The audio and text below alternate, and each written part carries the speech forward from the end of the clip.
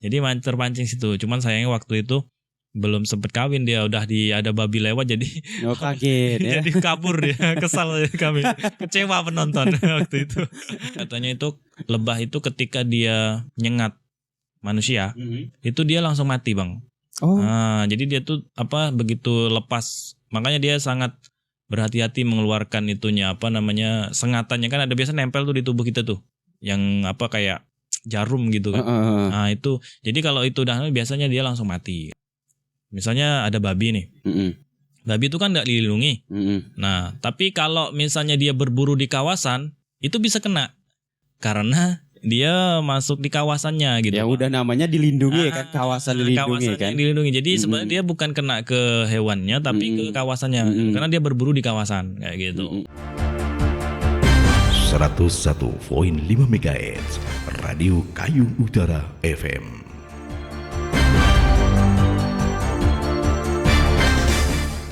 Karena hari ini hari yang spesial, kita sudah kedatangan salah seorang narasumber dari Yayasan Palung yang dulu-dulunya seperti biasa menemani Bang Hage di setiap pukul jam 10 pagi waktu Indonesia Barat.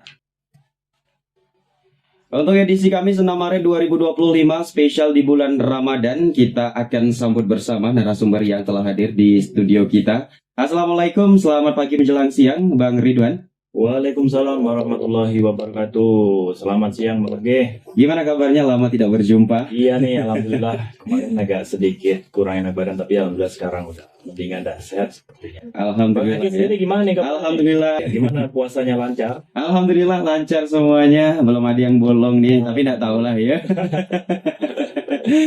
Oke Bang Ridwan ya untuk pendengar semuanya udah mendengarkan kan suara dari Bang Ridwan, yang mungkin ada beberapa pendengar yang sudah kangen dan rindu dengan suara Bang Ridwan ya kan, karena sudah lama ada beberapa bulan ke belakang tidak ada menyuarakan suaranya ya kan. Itu 3 bulan kayaknya. Iya kan. Aktivis lingkungan kita ya Bang Ridwan dari Yayasan Palung. Hari ini kita mau bahas temanya Hari Kehidupan Satwa Liar Sedunia nih Bang Ridwan. Iya betul. Mungkin sebagai pembuka bisa Bang Ridwan jelaskan terlebih dahulu ya, satwa liar tuh seperti apa dan Hari Satwa Liar tuh memperingatinya seperti apa ya kan? Bisa aja nih kalau kucing di rumah kita kan yang memang menjadi peliharaan manusia gitu ya kan, ya itu bukan satwa liar, tapi bisa aja ada kucing di hutan gitu kan, betul, itu apakah dikatakan satwa liar atau bukan gitu ya kan, ya namanya sama-sama kucing gitu ya kan.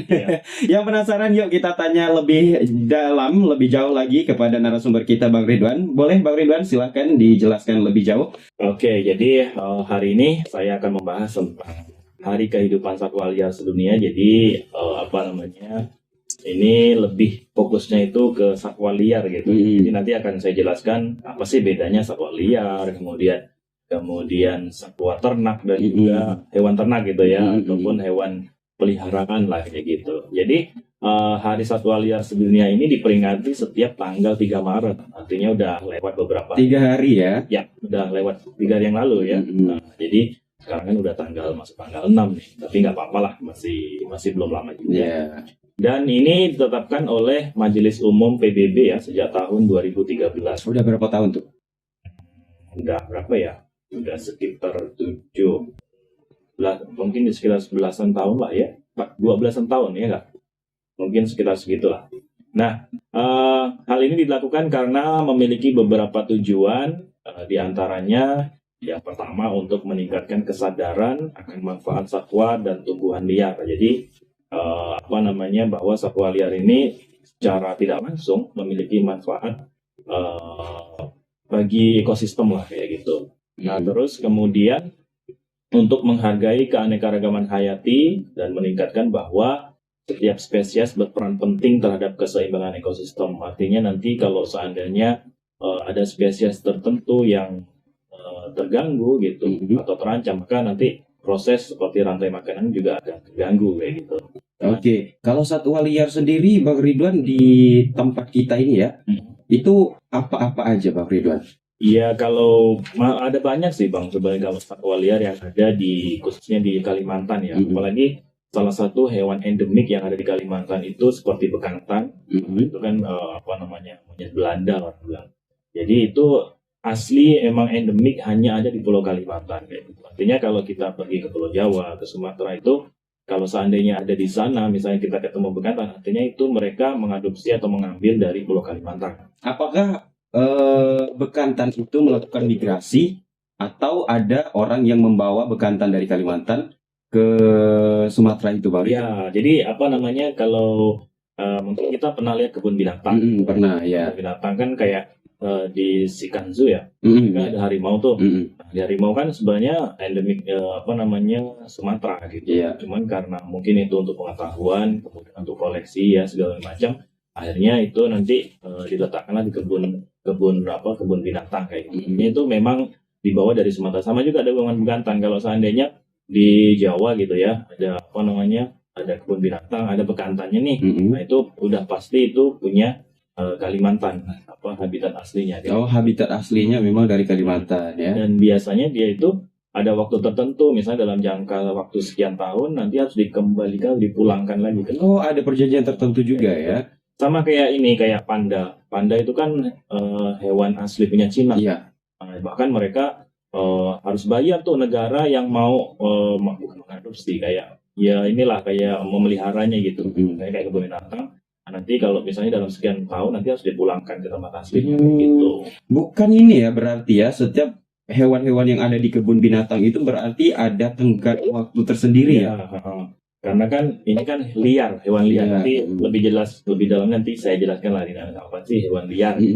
Tapi kalau udah dikembalikan tuh ya, misalnya ke negara asal, misalnya panda di Cina gitu ya, itu tahu nggak Bang Ridwan, apakah dipelihara kembali oleh negara Cina atau dibebas liarkan gitu aja ke hutan-hutan mereka? Ya apa namanya, tergantung ya, karena satwa liar ini kan karena kalau kebun binatang ini kan sifatnya dia diumpanin terus ya, dikasih makan terus ya, walaupun dia memiliki sifat liarnya, tapi kalau udah setiap hari dikasih makan gitu, cara nggak langsung itu nggak 100% dia kan kalau dilepaskan secara liar, itu yang ditakutkan dia malah nggak bisa hidup. Nah itu tergantung lagi, pasti nanti mungkin dia akan dimasukkan ke rehabilitasi dulu, diajarkan dia biar sifat keliarannya tuh muncul kembali gitu. Akhirnya nanti kalau udah ini baru dilepasnya pun nggak langsung dilepas 100%, nanti diawasi dulu kira-kira dia bisa nggak hidup di alam liar secara mandiri kayak gitu. Nanti kalau udah bisa mandiri benar-benar akan ditinggalkan. Berarti memang harus dikontrol secara psikologis hewan itu sendiri ya Bang Ridwan ya.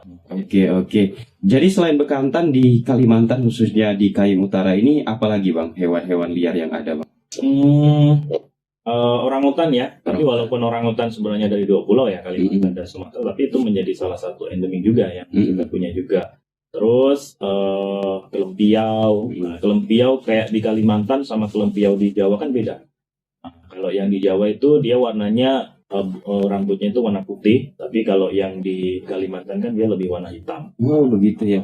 Makanya dulu kan ada film kayak Lutung Kasarung yang emang putih gitu ya. Iya. Saya kira itu emang karakter yang dibikin aja oleh orangnya kan. Enggak. Berarti memang ada ya, berwarna putih ya Bang Ridwan. Mungkin mereka terinspirasi dari tapi sebenarnya kalau kelempiau ini kan, kalau lutung itu kan ada ekornya ya. Iya. Nah, kalau kelempiau ini kan nggak ada ekornya gitu. Ya mungkin di Pulau Jawa sana ada ada spesies yang unik lah ya. Yang warna putih mungkin ada. Soalnya kan kalau lutung kasarung itu kan dia kayak mitos apa sih, kayak cerita rakyat lah ya. Cerita rakyat gitu loh. Jadi agak kayak kan pernah juga ada buaya putih segala macam. Itu kan hanya cerita rakyat aja sebenarnya. Jauh ini sebelum pernah ketemu juga. Iya, makanya saya pun berpikir ya ini hanya karangan dari si pembuat cerita aja gitu ya kan. Ya, kita nggak tahu juga realnya itu apakah memang benar ada warna putih dan ya seperti yang dikarakterkan lah ya. Menarik juga. Selain dari spesies ya kayak monyet-monyetan yang seperti Bang Ridwan sampaikan tadi, ada nggak spesies lain yang mungkin kayak harimau atau binatang-binatang lainnya yang emang hidupnya itu ya di dataran gitu, bukan yang di dataran dan juga di atas pohon gitu kan. Kalau monyet kan rata-rata di atas pohon dan di bawah ya kan. Kalau yang hidup di daratan seperti harimau mungkin, kijang mungkin, atau bahkan ada jerapah mungkin, ada nggak di sini? Kalau jerapah di tempat kita nggak ada Bang. Jerapah itu kan Afrika ya. Iya. Jadi kalau di tempat kita di Indonesia nggak ada jerapah tuh. Sama juga ada kayak King Kong apa gorila apa itu kan nggak ada kalau tempat kita. Terus kalau contoh lainnya yang di bawah ya, kalau tadi kan saya sebutin yang banyak yang di atas tuh. Kalau di lantai tanah tuh kayak terenggiling. Nah, itu masih ada Kak Bang Ridwan? Soalnya saya sekarang itu udah jarang banget. Kalau masa kecil saya, terenggiling itu biasa aja sih lewat-lewat di belakang-belakang rumah. Cuma sekarang tuh udah jarang banget gitu loh. Jadi kalau terenggiling ya memang sekarang statusnya memang dilindungi kan? Dilindungi juga. Jadi sekarang lagi marak-maraknya juga itu diburu tuh sama masyarakat. Jadi katanya saya tanya apa sih yang dimanfaatin? Terenggiling itu yang pertama dagingnya itu biasanya dikonsumsi. Iya Kak Bang Ridwan. Iya. Setahu saya kan wangi dari terenggiling itu agak dia bau ya kan? Dia kan makan semut. Iya. Jadi baunya memang kayak bau semut gitu kan. Tapi yang mungkin selera masyarakat lah ya, nggak tahu lah. Untuk obat kali ya? Mungkin. Alasan mereka pasti nggak ada lain, pasti untuk obat. Nah terus kulitnya itu kan, sisiknya ya. Itu tuh menurut informasi dijadikan salah satu bahan campuran narkoba. Nah, terus juga biasanya juga untuk jadikan ini kan kayak busana-busana gitu kan. Nah, gitu. Dan harganya kan mahal. Yang mahal itu kan sebenarnya kan sisiknya.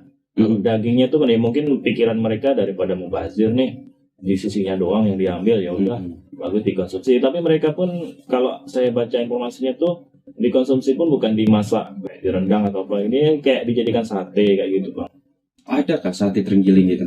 Ada. Iya, tapi mereka ya sembunyi-sembunyi. Kayak hidden gitu lah ya, jadi, tersembunyi gitu ya. Tapi ya miris, soalnya ada pemberitaan beberapa yang nggak lama-lama juga ya, sekitaran 2-3 bulan yang lalu juga itu ditemukan bahwa sisi terenggiling bukan sekilo 2 kilo tapi ribuan kilo itu. Bayangkan berapa banyak terenggiling yang sudah dibunuh oleh orang-orang yang tidak bertanggung jawab ya Pak Ridwan ya. Jadi menurut informasi itu kan terenggiling banyak diekspor ya ke Cina sana. Nah kebetulan setahun yang lalu kalau nggak salah itu kan bos besarnya lah ibaratnya di Cina tuh ditangkap. Makanya kemarin sempat redam tuh terenggiling, nggak ada lagi itu perburuan terenggiling karena ya sebenarnya orang berburu ini pasti alasannya ekonomi. Yang kedua barang ini laku, harganya mahal gitu kan. Ya, daripada aku nggak ada kerja ya udah mending memburu hewan ini kan gitu.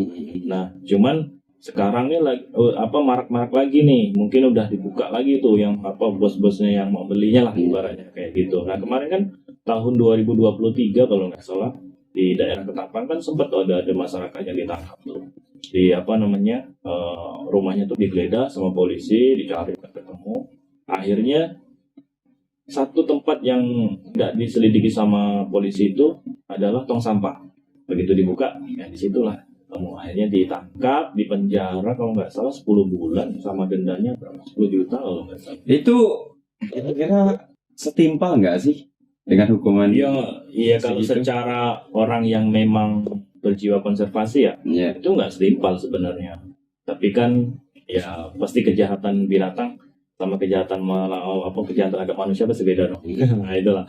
Ya tapi ya kembali lagi itu kan mengganggu secara ekosistem kita ya kan. Hukum lah yang kita bisa mengasih sosialisasi lah. Kalau kayak seperti ular gitu mungkin kobra atau ular sawah kalau gitu tuh ya masih banyak nggak di tempat kita Pak Ridwan? Masih. Kalau ular kobra itu kan ada yang dilindungi ya. Jadi kalau sebenarnya itu hanya kepercayaan masyarakat sih. Padahal kalau saya dengar menurut Panji Petualang tuh, ular kobra tuh sebenarnya nggak ada kaitannya di darahnya terus diminum jadi kuat atau apa nih, ngebal penyakit. Sebenarnya nggak ada kaitannya kata dia bahaya, nggak tahu lah benar enggaknya. Nah, sebenarnya itu hanya hanya kepercayaan, kemudian lagi ke ini kan sugesti, gitu Pak. Terus kalau ular sawah masih banyak ya. Masih banyak dan ya gitulah. Kadang bahkan masyarakat dengan PD-nya mereka kadang dipotong kemudian dimasak. Iya. Karena beberapa juga yang dikonsumsi kan. Ya, masih banyak ditemui lah kalau ular-ular sawah gitu ya kan. Statusnya juga mungkin belum dilindungi. Statusnya masih belum dilindungi ya kalau ular sawah ya. Mungkin populasinya lumayan banyak ya. Padahal kalau secara ekologinya manfaat ular sawah itu yang untuk membasmi tikus sawah. Iya kan, sawah-sawah kan. Susah juga kan kalau nggak ada itu makanya banyak. Iya. Kalau kita melihat dari fungsinya harusnya itu untuk menyeimbangkan ekosistem kita ya kan. Iya. Ya tapi namanya kita ya kan, Iya. mana ada kesempatan. di Pokoknya sudah saya katakan puncak rantai makanan yang sesungguhnya itu manusia, bukan situ. elang, Seram-seramnya hewan ya kan. bukan elang, bukan harimau, bukan manusia. Oke, Bang Ridwan. Yuk kita lanjut ya pembicaraan kita. Tadi kan kita sedang membicarakan kira-kira penasaran nih pendengar kita nih, hewan apa aja sih yang liar yang masih hidup di wilayah kita khususnya di Kayung Utara, Sukadana dan sekitarnya ya, Bang Ridwan ya. Jadi udah disebutkan beberapa tadi oleh Bang Ridwan. Jadi kita pengen tahu nih, yang dinamakan hewan liar itu apa, hewan ternak itu apa, dan hewan peliharaan itu apa. Biar kita nggak salah persepsi nih Bang Ridwan ya. Betul. Karena sekali lagi yang namanya hewan itu belum tentu yang kelihatannya liar, tapi ada beberapa yang dipelihara oleh orang. Apakah itu masih dikatakan liar? Apakah itu bisa dikatakan hewan peliharaan atau hewan ternak gitu ya kan? Jadi masukkan hewan ternak itu seperti apa gitu ya kan? Hewan peliharaan itu seperti apa dan hewan liar itu seperti apa ya Bang Ridwan ya? Mungkin bisa diperdalam lagi Bang Ridwan biar kita semuanya bisa paham ya. Apa itu jenis-jenis hewan dan bentuk dari tingkatan mereka itu apa, seperti apa, biar kita sama-sama tahu dari orang yang memang sudah bergelut di dunia lingkungan seperti Bang Ridwan. Yuk Bang Ridwan silahkan. Baik. Jadi saya coba akan jelaskan terkait apa sih bedanya hewan liar, hewan peliharaan, dan juga hewan ternak gitu, biar nanti teman-teman nggak salah keliru, nggak keliru untuk mengartikannya lah kayak gitu. Jadi kalau hewan liar itu menurut Undang-Undang Nomor 5 Tahun 1990 itu tentang konservasi sumber daya alam, hayati dan ekosistemnya. Jadi yang dimaksud dengan satwa liar adalah semua jenis binatang yang hidup di darat dan atau di air dan atau di udara yang masih memiliki sifat-sifat liar, baik yang hidup bebas maupun yang telah dipelihara oleh manusia. Nah, kemudian untuk ciri-cirinya, hewan liar itu dia memiliki sifat liar, hidup bebas di alam dan tidak dipelihara oleh manusia. Nah, contohnya seperti harimau, kemudian macan, kemudian orangutan dan lain sebagainya. Nah, jadi maksud saya tapi kenyataannya harimau, orangutan ini masih dipelihara oleh manusia. Gitu. Padahal secara emosional, secara ekologisnya, secara sifat perilakunya mereka itu bukan hewan peliharaan. Gitu. Dia itu hewan liar. Seandainya kita nanti pelihara, pasti sewaktu-waktu dia akan memunculkan sifat keliarannya gitu. Makanya ada kan kasus orang melihara harimau kemudian nanti pemiliknya digigit, diterkam. Kemudian ada juga yang orangutan dan akhirnya bahkan sampai meninggal orangnya. Artinya kita juga jangan egois juga sih ya, mentang-mentang ini hewan unik gitu ya, yang ekstrim lah melihara. Ekstrim. Itu kan ada tuh artis malahan itu pelihara yang macan warna putih, harimau dari putih, nggak tahu dari mana itu harimau, kayak ada blasteran, ekstrim banget loh itu namanya mau melihara itu kayak gitu. Bahkan kemarin Irfan Hakim kalau nggak salah, dia kan ke Kapuas Hulu mengembalikan hewan peliharaannya. Oh ada. Iya, Irfan Hakim kan memang pecinta binatang banget kan ya. Dia sampai dibuatkan kayak kebun binatang. Iya benar. Di rumahnya. Nah itu kemarin yang dikembalikan. Pokoknya ada kemarin tuh, saya nggak terlalu di media sosial gitu. Jadi dia mengembalikan hewan yang asli punya Kapuas Hulu, jadi dibalikan ke sana tempatnya. Jadi kan artinya ya pasti orang kalau memelihara hewan-hewan yang dilindungi seperti ini pasti ada izin. Iya udah pasti. Nah, terus ketika dia melihara juga harus ada resiko yang harus ditanggung juga. Nah terus kemudian gimana dia nanti makannya dan lain sebagainya lah kayak gitu. Makanya harus hati-hati ya gitu. Terus kemudian kalau hewan peliharaan adalah hewan yang kehidupannya bergantung dengan manusia untuk sebagian atau seluruhnya. Jadi hewan peliharaan juga disebut sebagai hewan kesayangan lah kayak gitu. Nah ciri-cirinya itu dia dipelihara sebagai teman bermain, menjaga keamanan rumah, pencari jejak, serta hewan peliharaan juga dapat memberikan persahabatan kepada manusia. Contohnya kayak kucing, ya kan, anjing, ya kan. Nah, kucing itu kan walaupun dia punya sifat buas ya, misalnya kita ini kan pasti dicatat. Tapi kucing itu kalau seandainya nggak kita kasih makan, nah itu akhirnya dia bingung juga tuh. bisa sih dia cari makan, tapi kan nggak maksimal hasilnya. Udah terbiasa dengan pemberian ya kan. Terus kemudian mereka juga bisa bersahabat juga kan dengan manusia, bahkan mereka sampai main sirkus dan lain sebagainya kayak gitu. Terus kalau kayak anjing tuh memang difungsikan untuk menjaga rumah dan lain sebagainya. Bahkan kayak anjing kalau misalnya dia nggak dikasih makan, akhirnya dia nyuri-nyuri tuh. Ya, salah satu hewan penurut juga kan kalau anjing. Betul, paling setia penurut juga. Tapi Bang Ridwan ya, kalau kita contohkan kayak harimau itu kan masuk kategori peliharaan mungkin. Kalau dipelihara oleh orang tertentu ya. Tapi kan itu bukan berarti kita bisa bersahabat dengan mereka kan? Iya. Tetap ada sifat kebuasan dia. Apakah masih bisa dikatakan hewan peliharaan? Karena kan yang Bang Ridwan katakan tadi ada koneksi antara si manusia dan juga si hewan tersebut ya. Ya kalau kucing mah ada koneksinya, biasa kan suka lucu gitu kan dipegang gitu kan, dan beberapa hewan yang memang khusus bisa dipelihara. Kalau seperti harimau macan kan kita agak ragu gitu loh untuk nyentuhnya aja agak ragu. Dan contoh lain seperti ular, kobra. Kan ada beberapa tuh orang yang memelihara kobra, termasuk Panji Petualangan juga kan. Tapi kalau kayak Panji mungkin masih bisa dikategorikan inilah bisa bersahabat lah, karena dia kan biasanya dielus, dicium kan. Tapi kan untuk orang-orang tertentu itu ada yang memakan korban juga gitu loh. Jadi kan sifat kebuasannya itu memang seperti yang Bang Ridwan katakan tidak bisa hilang gitu. Tapi secara pengertian yang Bang Ridwan sampaikan itu harus ada koneksi antara si pemelihara dan juga si hewan. Seperti untuk teman, sahabat, sekedar hobi gitu kan. Tapi kan kalau udah hewan liar itu koneksinya dari mana? Yang ujung-ujungnya bisa mencelakai si pemiliknya sendiri. Itu bagaimana Bang Ridwan? Nah, jadi kalau kita tarik kesimpulan sebenarnya yang dikatakan hewan liar itu bisa menjadi hewan peliharaan. Nah, tapi kalau yang dikatakan hewan peliharaan belum tentu bisa dikatakan hewan liar.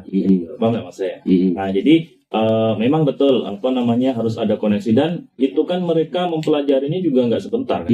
Butuh waktu bertahun-tahun. Nah, kayak si Panji itu kan saya yakin sih kalau kayak si Panji itu dia pasti ada ilmu batin lah. Itu out of nowhere lah ya. Karena kan dia kan pernah bercerita tuh waktu dia pernah bermimpi atau apa gitu.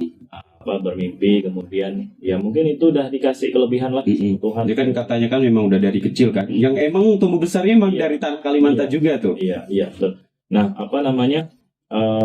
cuman itu tadi kayak si Panji pun walaupun dia pawang ular ya. Bahkan dia bilang dia juga berhati-hati. Dia juga pernah digigit sama peliharaannya sendiri. Terhitung kan dia kan bisa dihitung lagi. Dah kebal dah pokoknya darah dia tuh digigit sama bisa king cobra tuh dah terbiasa. Bahkan dia kan sempat sampai koma, sempat dikabarkan meninggal. Iya kan kemarin. Gitu Bang. Jadi ya seperti yang dia bilang, walaupun kita pelihara hewan-hewan yang ekstrim tapi juga harus berhati-hati. Contoh kemarin yang di Kalimantan mana itu? Dia melihara king cobra, akhirnya kena gigit, mati, meninggal dia kan. Banyak yang terjadi kasus kayak begitu. Jadi kata si Panji itu kan kita melihara hewan ekstrim ini bukan bermaksud untuk tujuan pamer. Dia kan juga ini kan tujuan dia edukasi. Yang keduanya dia kadang merescue hewan-hewan yang daripada membahayakan masyarakat. Terus lagi pun dia kan biasanya kalau udah sekian bulan, sekian tahun akhirnya dilepas juga ke alam liar, dibalikkan ke tempat, kecuali memang sudah tidak bisa hidup di alam liar, udah tua misalnya. Nah, itu memang memang dia pelihara sampai mati gitu. Sama juga kayak di di tempat rescue kayak IARI ya contohnya. Nah, IARI itu kan kayak gitu. Jadi dia kalau misalnya dapat orang hutan yang dipelihara masyarakat atau yang terjerat atau di hutan gitu, di rescue, kemudian dilihat kalau seandainya dia memang masih bisa hidup di alam bebas, ya dilepaskan. Nanti sekian bulan dipantau. Tapi kalau memang udah tua, yang udah nggak bisa manjat lagi, yang dia turun daripada resikonya nanti dia lebih banyak mati, ya udah akhirnya kan direhabilitasi aja kayak gitu. Kan biasanya juga ada ditemukan beberapa bekas-bekas luka biasanya pada hewan itu kan. Betul, jadi mereka rescue dan nanti kalau udah sehat baru mereka lepas lagi gitu ya kan.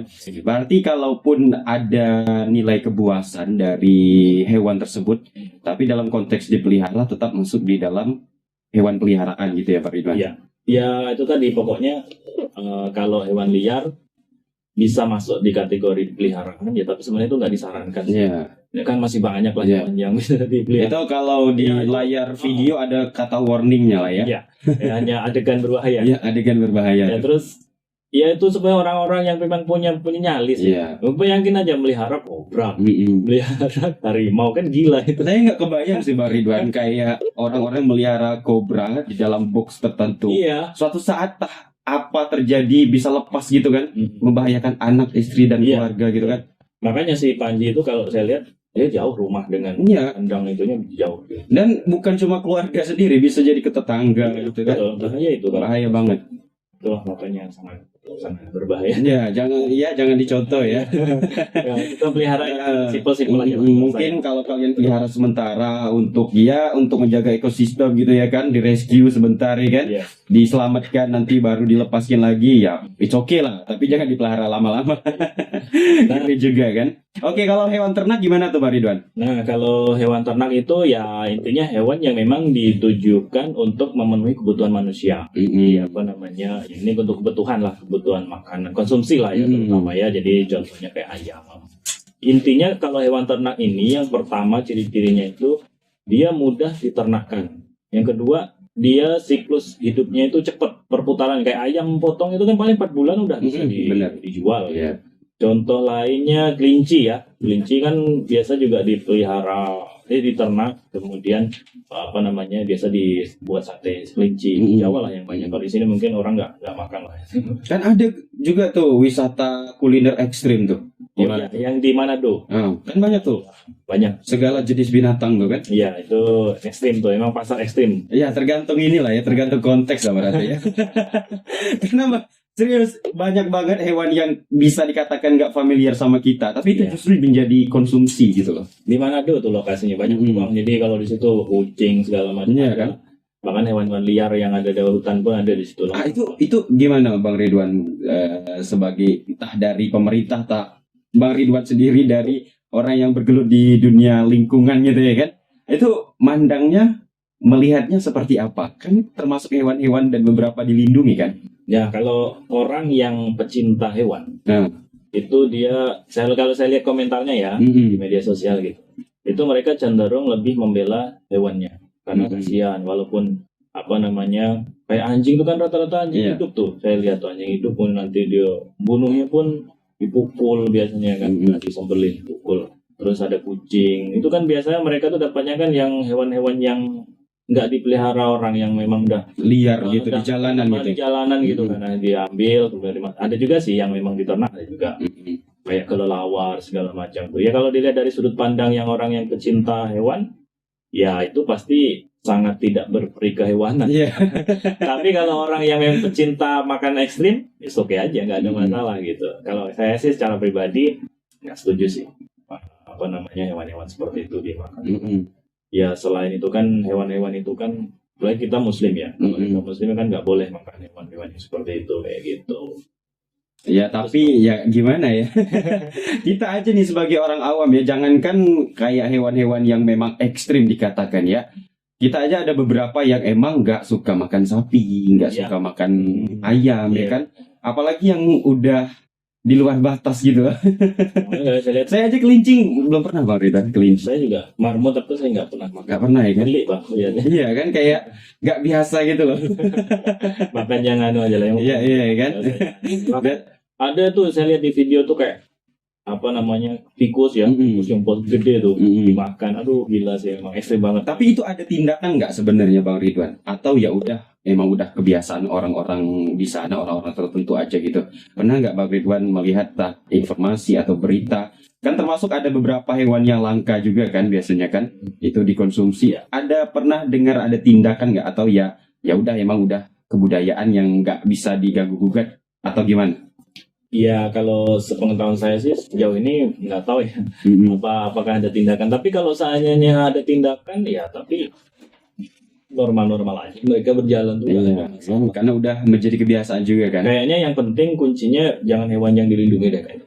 Kalau hewan-hewan yang statusnya dilindungi kayaknya mereka bakal tindakan juga. Tapi itu rame loh. Saya suka tuh biasanya lihat lewat di video-video kan. Mereka tuh yang paling sering tuh kalau saya lihat ular, kemudian kelelawar, Iya, kelelawar. kucing. Kalau buaya tuh agak jarang sih. Kalau kecuali yang bahkan kalau di Thailand tuh diternak loh buaya. Iya, buaya. Bener. Itu makanan mahal tuh di sana tuh katanya. Iya.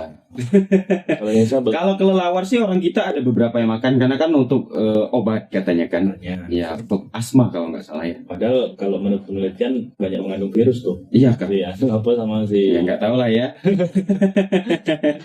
Ya pandai-pandai lah ya kan.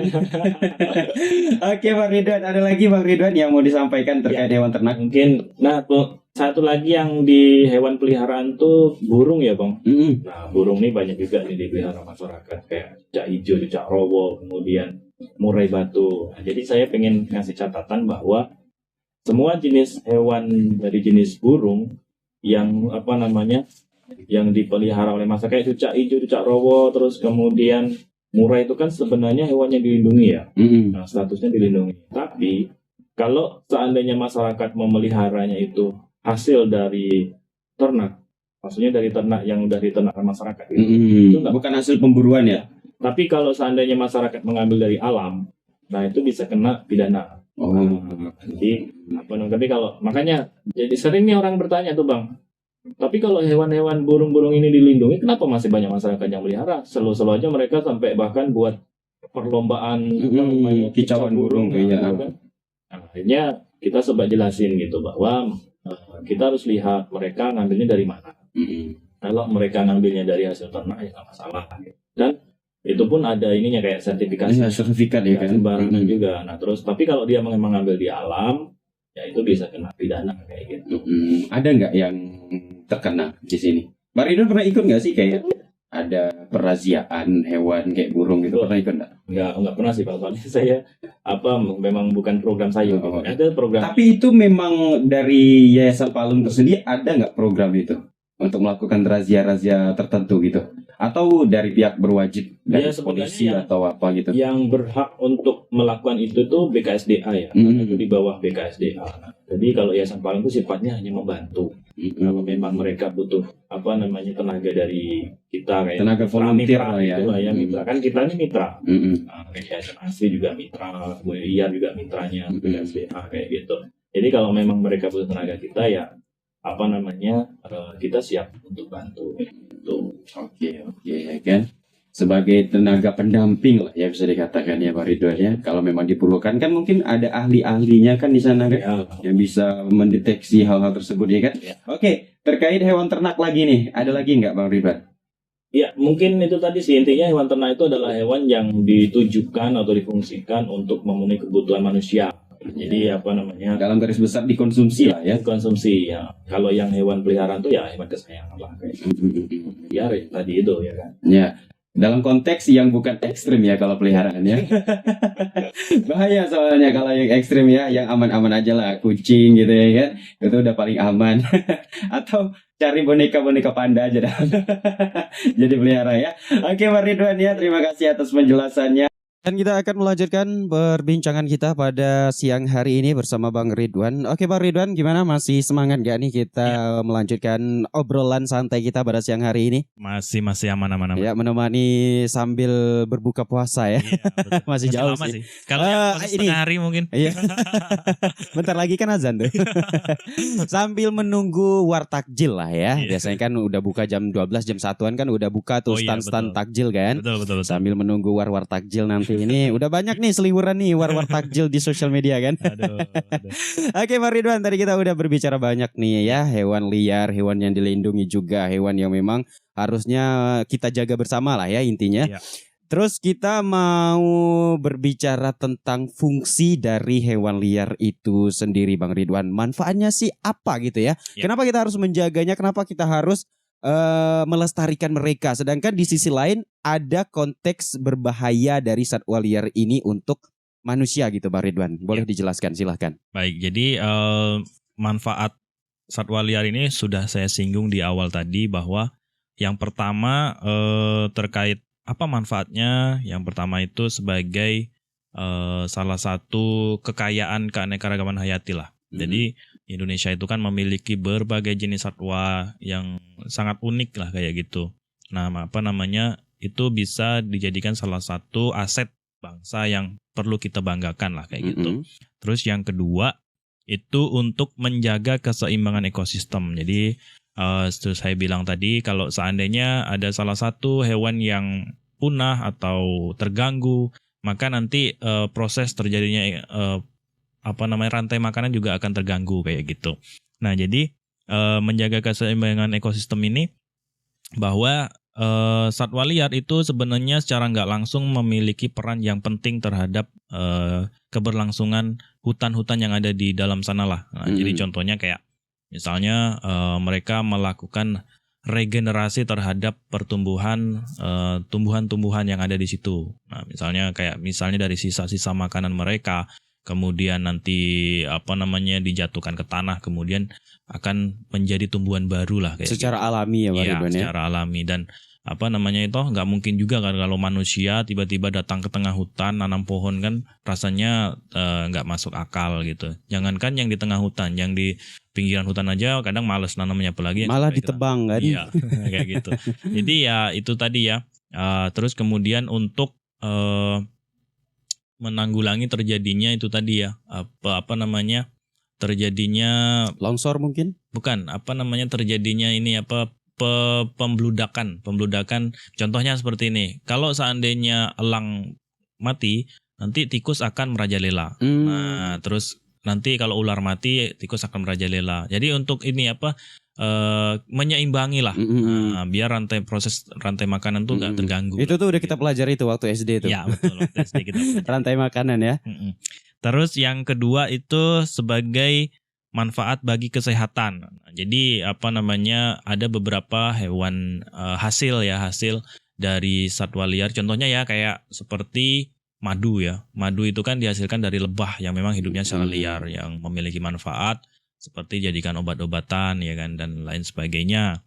Nah, juga tadi yang saya bilang tuh katanya kalau darah ular kobra itu bisa dijadikan obat tradisional dan lain sebagainya, yaitu tergantung kepercayaan lagi lah kayak gitu. Nah, itu kan untuk obat-obatan katanya kayak gitu. Kemudian sebagai sumber protein hewani, pastilah ya. Jadi ada beberapa jenis hewan hewan liar yang memang dijadikan sebagai daging lah, salah satu daging kayak gitu untuk protein hewaninya kayak gitu. Terus kemudian yang keempat itu manfaat bagi kesejahteraan, sumber keindahan dan inspirasi. Nah, jadi contoh burung ruai itu, kalau Bang Hagi pernah lihat burung ruai mau proses melakukan perkawinan, itu yang burung ruai jantan itu akan memancing si betina. Ya, saya pernah lihat videonya kemarin waktu pas kebetulan ada pas rapat tahunan di stasiun penelitian Jabung Panti sana. Jadi Pak Tim itu dia mau menunjukkan sebuah video proses perkawinan burung ruai, dan itu sangat unik Bang. Jadi dia seperti burung merak yang ada di Pulau Papua sana ya. Jadi dia itu pertama mancing si betina, dia itu main-mainkan daun, seresah daun kayak cari perhatian gitu. Ya. Nanti kemudian si betina itu datang, kemudian dia membuka sayapnya, ekornya ya, memegar gitulah, mekar gitu. Jadi terpancing situ. Cuman sayangnya waktu itu belum sempet kawin, dia udah ada babi lewat, jadi kaget ya. Jadi kabur dia, kesal kami, kecewa penonton waktu itu. Nah, jadi ternyata setelah saya tanya kan ada salah satu teman saya yang orang Dayak ya. Jadi dia itu tarian Dayak itu ternyata salah satunya terinspirasi dari burung ruai tadi. Nah, dengan mekarnya jadi dia itu terinspirasi dari itu. Salah satu ada gerakan tarian yang memang terinspirasi dari burung merak tadi itu. Burung ruai tadi. Nah, gitu. Sangat susah ditemui Bang burung ruai itu. Padahal itu menjadi salah satu hewan yang endemik yang ada di tempat kita juga. Saya biasanya kalau pas naik ke Lubuk Baji hanya mendengarkan suaranya Bang, tapi nggak pernah ketemu secara langsung, secara fisik belum melihat ya. Jadi ternyata dia itu setiap bunyi nah gitu, itu ternyata suara burung ruai. Selama ini tuh saya itu suara apa gitu kan, sekali waktu lihat video itu ternyata selama ini itu suara burung ruai. Tapi ada juga beberapa manusia gitu ya, kalau dengar suara-suara di hutan tuh kayak udah hal-hal mistis gitu kan. Ternyata itu adalah selama ini yang saya dengarkan ternyata hewan itu gitu. Nah, itu menjadi salah satu sumber inspirasi lah kayak gitu ya. Mungkin contoh lainnya apa ya? banyak sih kayak burung enggang ya kan, itu kan ya udah jarang sekali sih. Jadi inspirasi. Kemudian bahkan burung elang pun aku rasa itu udah jarang banget, elang. Iya. Ada beberapa, cuman nggak banyak dulu sih. Mungkin ya itu habitatnya juga sih. Habitatnya kan sekarang juga terganggu kan. Jadi mungkin kondisinya elang kan dilindungi sekarang ya. Jadi nggak boleh dipelihara, dia harus hidup liar di alam bebas. Karena dia kan sebagai pengendali juga tuh. Kalau ada tikus merajalela ya dia itu yang bertugas menangkap ular-ular kecil. Nah dia itu yang tugasnya menanggulangi itu kayak gitu. Terus sebagai ilmu pengetahuan. Nah bahkan banyak ilmuwan-ilmuwan yang mempelajari terkait hewan-hewan ya, hewan-hewan liar lah ya. Nah contohnya kayak yang punya Yayasan Palung nih, Bu Seril tuh. Nah itu kan profesor tuh di salah satu universitas yang ada di di Amerika sana. Nah jadi ya beliau mempelajari orangutan udah bukan setahun 2 tahun lagi ya, puluhan tahun. Udah dari tahun berapa beliau tuh, pokoknya udah puluhan tahun lah, sampai hari ini alhamdulillah masih lanjut gitu. Nah itu sebagai sumber pengetahuan. Karena nih pengetahuan tuh nggak ada habisnya Bang Ridwan ya, selalu ada teori-teori baru yang dimunculkan ya. Betul sekali. Oke.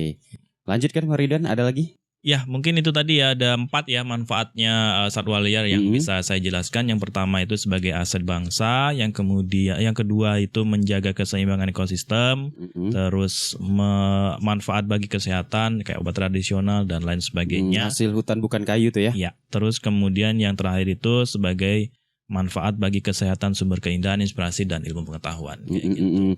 Ada nggak sih kan kita tahu ya, contohnya nyamuk nih. Nyamuk tuh kan bukan hewan yang bisa dikatakan hewan purba kan, yang dari dulu itu emang nggak pernah punah gitu ya kan Bang Ridwan ya.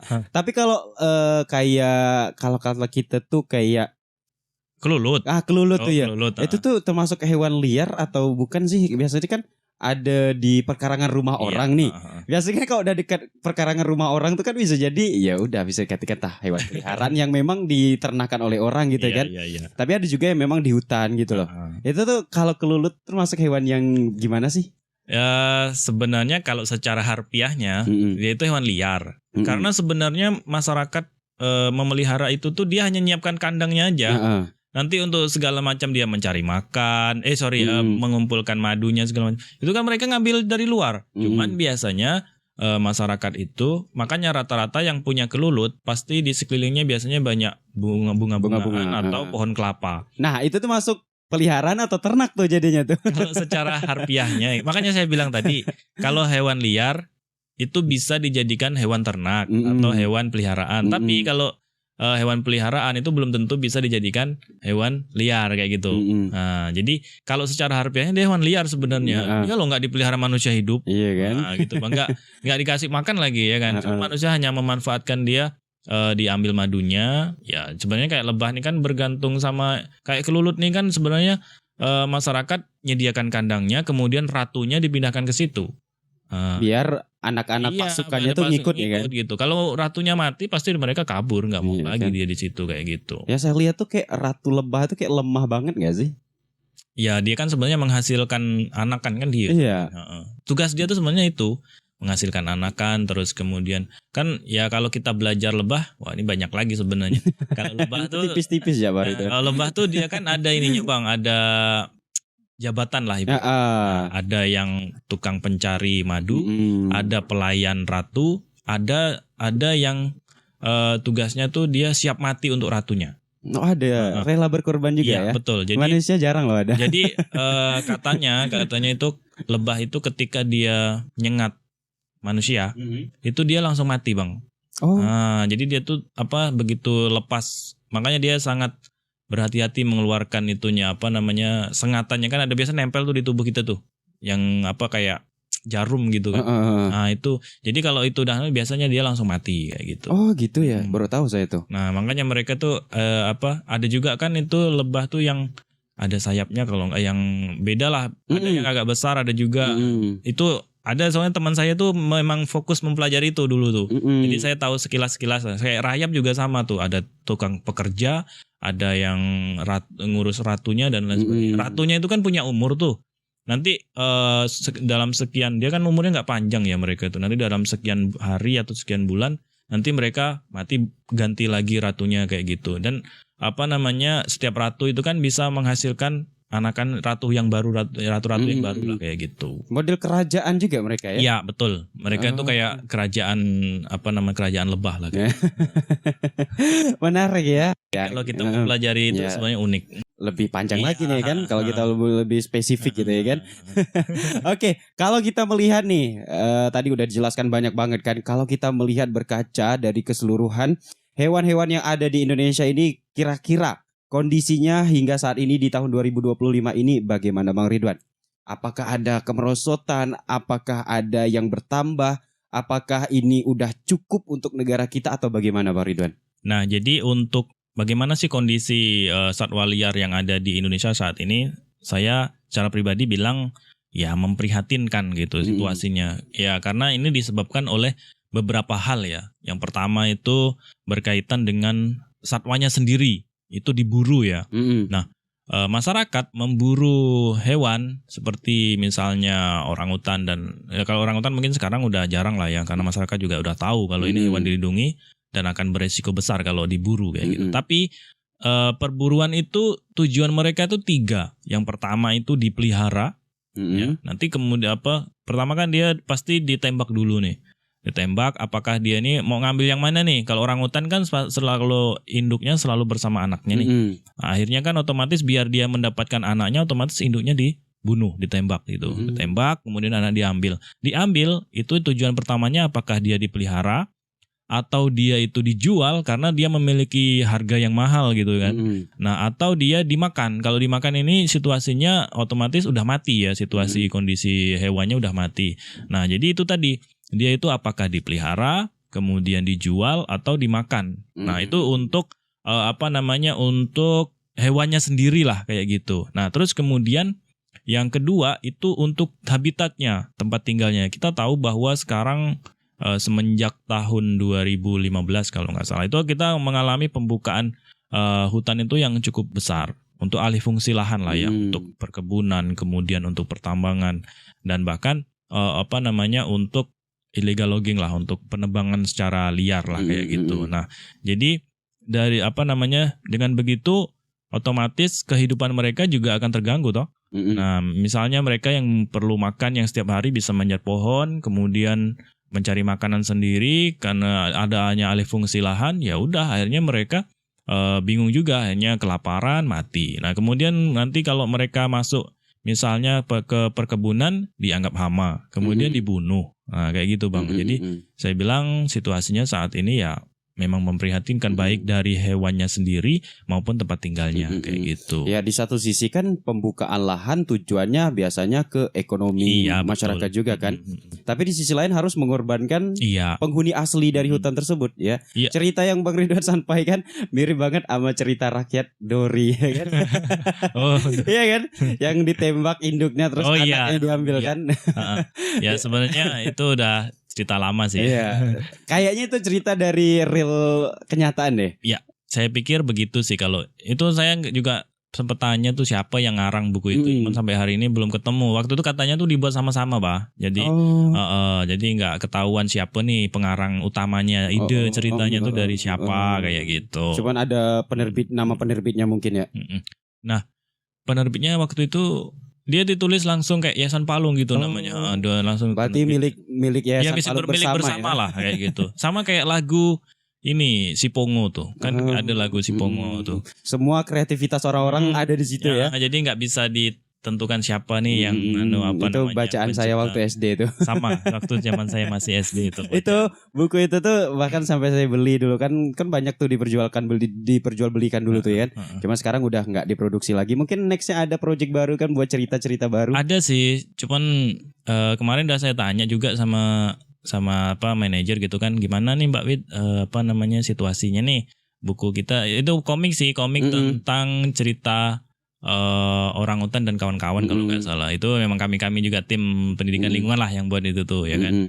Nah, masih proses nih katanya gitu. Karena menurut saya Bang Ridwan ya, anak-anak kita terutama yang masih SD, TK gitu perlu sih ada bacaan seperti itu. Betul. Pertama ya, bukan kita mungkin dari segi psikologis kita ingin memperkenalkan hewan apa aja nih yang ada di Kabupaten Kayang Utara.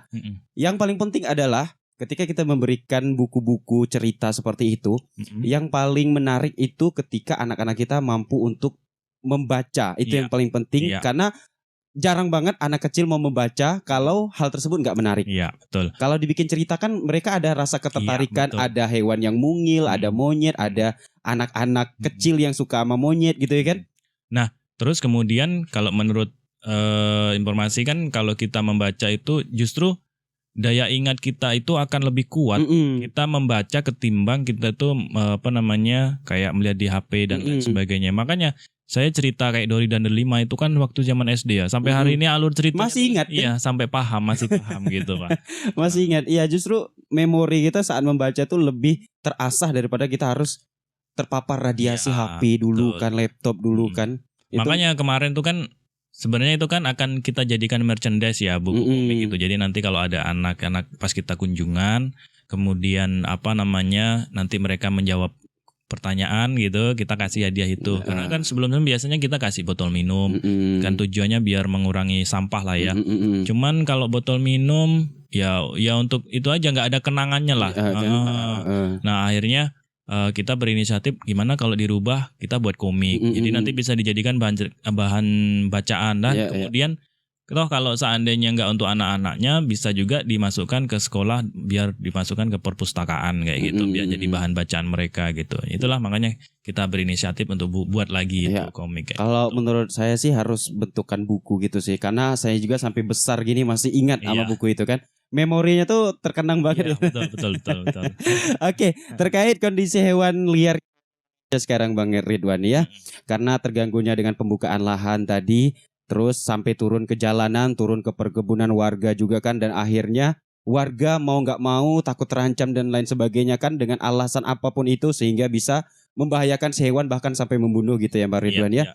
Terus keberlangsungan hewan kita sekarang sudah saking memperhatinkannya ya kan, bahkan orang pun yang hanya tahu yang lingkungan gede kayak orang hutan yang emang benar-benar mereka tahu nggak boleh diburu nih. Tapi kan di samping itu semua masih banyak hewan liar lain kan yang perlu diperhatikan. Nah itu tuh gimana nih sekarang? Kita jangan melebar kemana-mana aja deh. Dari Yayasan Palung tersendiri untuk memprotek itu semua bagaimana nih sejauh ini sampai dengan sekarang? Berarti kayak istilahnya upaya kita lah ya, upaya untuk konservasi terhadap satwa liar itu seperti apa lah kayak gitu ya. Jadi yang pertama yang bisa kita lakukan ya melindungi habitat satwa liar. Jadi kebetulan kita sekarang berada di Kayong Utara yang punya Taman Nasional Gunung Palung ya. Nah, yuk kita jaga sama-sama nih. Nah, kan kalau seandainya yang kan dia sebenarnya punya nih ya Taman Nasional Gunung Palung kan punya petugasnya nih. Cuman kan dengan luasan yang 108.000 hektar ini kan rasanya kalau tanpa bantuan masyarakat juga akan kesulitan. Sedangkan mereka personilnya terbatas. Nah, jadi dengan yang ada itu ya ayo kita jaga sama-sama. Dan kalau perusahaan itu kan dia punya kayak hutan yang memang difungsikan untuk melindungi misalnya kayak sumber air, kemudian hewan-hewan yang ada di situ. Nah, misalnya di hutan itu ada satwa orangutan, nah itu wajib untuk dilindungi. Nah, kalau seandainya mereka melanggar, nah itu bisa dikena sanksi, misalnya diberhentikan izin usahanya dan lain sebagainya. Nah, kayak gitu. Jadi kita lindungi habitatnya. Yang kedua yaitu mengawasi dan melarang perburuan dan perdagangan satwa liar. Nah, ini perlu kita lakukan edukasi juga ke masyarakat yang suka berburu gitu ya. Nah, karena biasanya betul kadang masyarakat masuk ke hutan pengen niatnya jerat babi. Cuman kan hewan ini kan nggak tahu apakah ini jeratan babi atau bukan. Nah, akhirnya kemarin sempat ada kejadian di tahun 2000 berapa ya. Ada salah satu orang hutan di salah satu hutan desa yang ada di Simpang Hilir itu terjerat jeratan babi si orang hutan nih. Jadi sempat tangannya tuh hampir putus kayak gitu. Nah, itu kan sempat heboh juga waktu itu. Nah, itu. Jadi kita lakukan edukasi juga lah ke yang terutama yang pemburu lah kayak gitu. Biasanya itu kan niatnya mau menjerat babi, tapi di sisi lain ada kesempatan nih tiba-tiba melihat hewan yang agak unik cantik gitu kan. Ada pikiran tuh mulai ada niat-niat yang gak baik gitu kan. Bisa aja kan. Ya itu intinya itulah. Jadi kalau kita melakukan perburuan terhadap satwa-satwa yang dilindungi itu bisa kena undang-undang ya. Jadi sekarang berubah nih, dulu itu nomor 5 tahun 90, sekarang nomor 32 tahun 2024. Nah, itu bisa dipenjara itu maksimal 15 tahun, minimal 5 tahun, maksimal 15, dan dendanya itu sampai 5 miliar kalau nggak salah, lupa saya. Gede juga ya. Lumayan juga tuh. Jadi yang dulunya sedikit sekarang ditambah lagi tuh. Ya wajar aja sih biar ada efek jerah sih. Betul. Terus yang ketiga meningkatkan kerjasama. Nah ini kerjasama ini antar pihak lah ya. Misalnya dari Taman Nasional Gunung Palung melakukan kerjasama dengan Yayasan Palung dengan mitra-mitranya lah, melakukan kerjasama bahkan dengan masyarakat juga ya kan. Misalnya di salah satu daerah yang terdapat hewan-hewan dilindungi, bisa hubungi ke pihak yang berwenang kayak gitu lah. Ini saling berkoordinasi. Mungkin yang paling kecil ke desa mungkin ya dulu ya. Kepala desa, RT mungkin, lah. RT nanti ke desa bisa nyampaikan ke tingkatan yang lebih besar gitu kan. Betul. Oke, terus selanjutnya merancang kebijakan yang memperhatikan keanekaragaman hayati. Nah, ini lebih ke pemerintah lah ya, karena mereka yang memiliki wewenang untuk merancang sebuah undang-undang. Makanya sampai hari ini pun SOP yang real penanganan terhadap orangutan tuh memang belum ada, Bang. Nah, jadi kadang masyarakat tuh bingung juga kan. Jadi mau diapain kalau kita paling yang bisa kita lakukan sekarang itu misalnya untuk mengusir orangutan tuh bunyikan petasan. Cara ngusirnya tuh, Bah. Nah, jadi bahkan masyarakat menembak bius secara mandiri pun nggak bisa, harus ada sertifikasi dan lain sebagainya. Jadi itu makanya perlu kebijakan-kebijakan yang lebih simpel dan nggak ribet lah, yang bisa agar masyarakat tuh bisa menangani lebih cepat. Karena kan ini binatang ini liar gitu, nanti mengganggu, merusak tanaman masyarakat. Nah, itu yang dilakukan kan masyarakat selama ini kan seperti itu, mengganggu misalnya kelapa dimakan akhirnya mati dan lain sebagainya kayak gitu. Terus yang terakhir melakukan sosialisasi terhadap masyarakat. Nah, ini penting dan ini sering kita lakukan. Saya sendiri di program pendidikan lingkungan sering melakukan sosialisasi ini baik terhadap anak SD, SMP, SMA sampai masyarakat. Kita lakukan edukasi ke mereka, memberikan pengetahuan, kemudian pemahaman. Nah, salah satunya seperti hari ini. Hari ini kita melakukan edukasi ini ke pendengar RKU lah, biar mereka paham bahwa kondisi satwa liar yang sekarang kita miliki pertama tidak baik-baik saja ya. Nah, yang kedua ayolah kita sama-sama jaga satwa yang memang menjadi endemik yang ada di Kalimantan kayak gitu. Oke. Dari tadi kita kan berbicara tentang satwa-satwa liar kan, Mbak Ridwan ya. Ada juga beberapa kebijakan yang mungkin bisa ditekan lebih dalam lagi lah ya, biar ada efek jerah. Tapi kalau kita berbicara di sisi lain selain satwa liar yang secara ekosistem itu bukan hanya di dalamnya sekedar satwa liar aja, pasti kan ada jenis tumbuhan juga nih. Oh iya. Kalau jenis tumbuhan kita berbicara sedikit, kalau jenis tumbuhan itu yang emang harus dijaga, yang memang bisa menyeimbangkan ekosistem kita itu di Kayung ini punya apa aja, Mas Ridwan? Nah, kalau tumbuhan ini agak susah ya kita mendeteksinya. Kayak kayu ulin, nah itu kan sebenarnya dilindungi tuh kayu ulin tuh. Cuman sampai hari ini juga masih beredar, masih banyak kayu ulin yang dimanfaatin masyarakat. Nah, yang sekarang yang disoroti masyarakat itu seperti anggrek hitam. Nah, itu kan dilindungi tuh. Kita juga punya ini kan Rafflesia arnoldi kan. Iya. Nah, Amorphopalus apa gitu namanya. Itu kalau kita kenal tuh bunga bangkai lah ya. Bunga bangkai lah bahasanya. Cuman dia bukan dari Rafflesia ya, dari jenis Amorphopalus apa gitu namanya. Kemarin waktu kami ke Lubuk Baji itu sempat ketemu, jadi masih nguncup gitu. Itu kan masa hidup mereka juga nggak lama kan? Dia kan dari jenis keladi-keladian dia. Jadi paling 2 minggu, 3 minggu mati dia nanti. Cuman ya itulah salah satu keunikan juga ya. Nah, terus kantong semar. Nah, mungkin Bang Hage pernah dengar kantong semar tuh yang di film Upin Ipin yang dijadikan apa itu, yang ketan, yang nasi dimasukkan ke dalam itu. Nah, itu juga tuh kantong semar dilindungi juga. Jadi di Simpang Hilir itu kan ada hutan desa. Jadi di sana ada kantong semar dan itu dilindungi. Nah, itu kantong semar. Contoh lainnya apa ya? Tapi kan kalau kayak begitu ya, menurut saya Bang Ridwan ya. Seperti kita balik konteks awal lagi ya, kalau jenis orang utan orang udah paham nih, itu barang jangan diganggu, bakal ada tindak pidananya. Tapi kan kalau yang hal-hal sebegitu kan belum tentu nih orang-orang pada ngerti, orang-orang pada tahu nih. Iya sih. Jadi jadi saya kasih tahu ya, jadi ke masyarakat juga bahwa kalau misalnya kita masuk kawasan Taman Nasional Gunung Palung, nah jadi kalau masuk kawasan Taman Nasional Gunung Palung itu kita tidak boleh. Pokoknya pesan mereka tuh gimana ya kemarin tuh. Pokoknya kalau kita masuk kawasan tuh pesannya jangan tinggal, cukup 2 yang ditinggal itu. Pertama jejak, kedua tuh apa ya, lupa saya, kenangan atau apa gitu. Nah jadi kalau misalnya kita masuk kawasan itu, ketika kita pulang, misalnya ada ada yang unik nih, biarpun yang dilindungi atau nggak dilindungi itu tetap tidak boleh dibawa pulang. Bahkan saya pernah waktu penelitian, itu kan penelitian saya tentang keanekaragaman hayati tumbuhan liana tuh. Nah liana tuh kan sebagian besar kan nggak dilindungi. Yang ada airnya tuh kan?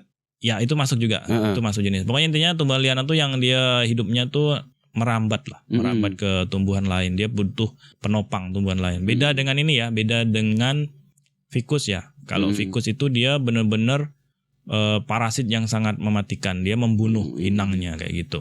Nah jadi waktu itu ya saya pas membawa sampel keluar itu perlu surat izin bahwa saya membawa sampel keluar gitu. Jadi nggak sembarangan gitu. Dengan tujuan penelitian. Iya. Gitu kan? Jadi kalau misalnya masyarakat nanti sewaktu-waktu masuk kawasan Taman Nasional, kemudian menemukan hal yang unik atau apa ya cukup ini aja dipoto atau diingat aja, nggak usah sampai dibawa keluar, itu bisa bahaya juga. Jadikan kenang-kenangan lah ya. Masuk kawasan Bang.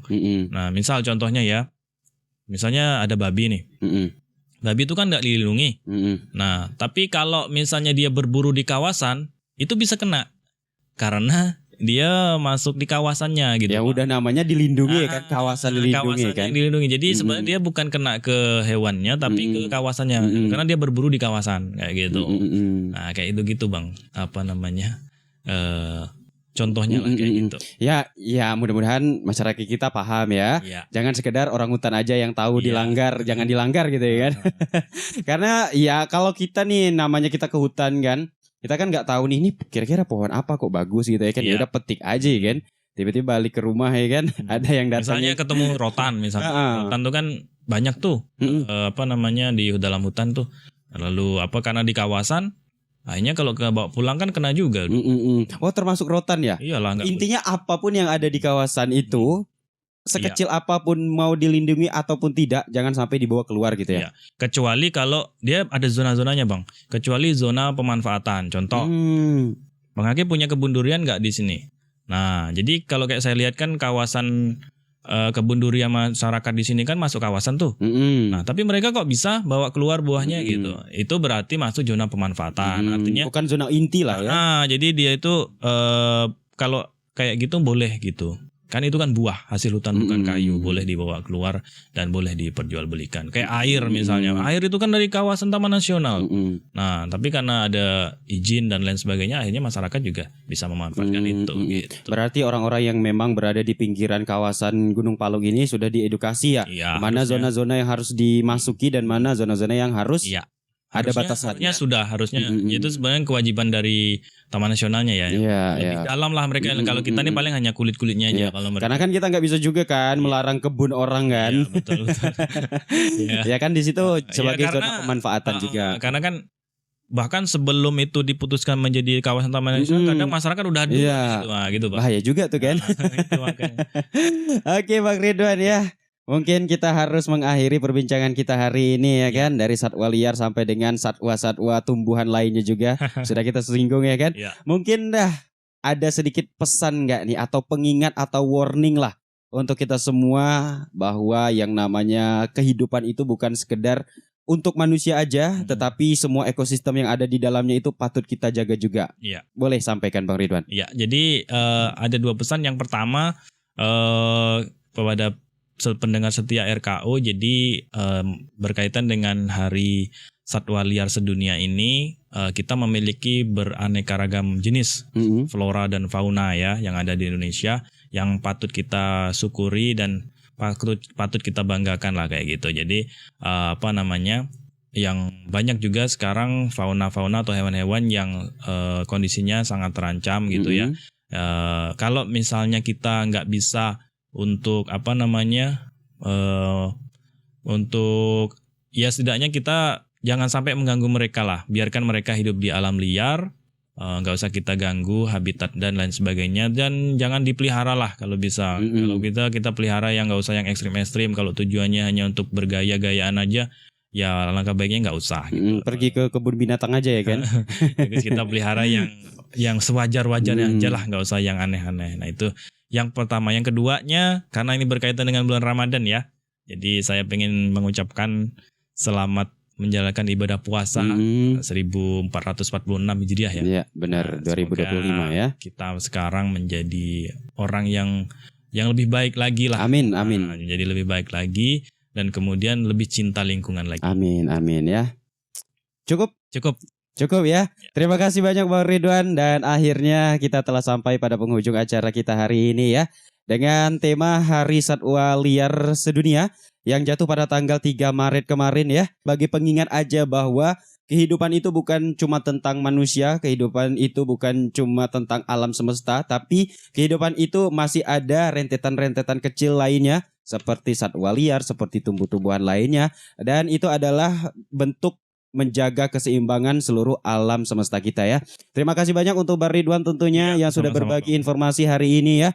Mudah-mudahan kita semua bisa lebih baik lagi dalam menjaga lingkungan, apalagi di bulan puasa ini seperti Bang Ridwan katakan tadi, kita harus menjadi pribadi yang lebih baik lagi ya. Selain menjadi pribadi yang baik untuk sesama manusia, kita harus menjadi pribadi yang baik juga untuk alam semesta termasuk isi di dalamnya. Terima kasih semuanya yang sudah mendengarkan. Mohon maaf jika ada salah-salah kata dalam menyampaikan, dalam saya bertanya juga kepada Bang Ridwan ya, Bang Ridwan ya. Iya, Bang. Di bulan puasa ini kita banyak-banyak bersalaman dan berminta maaf ya. Takutnya nggak kesampean nanti pas lebaran kan. Khawatir juga.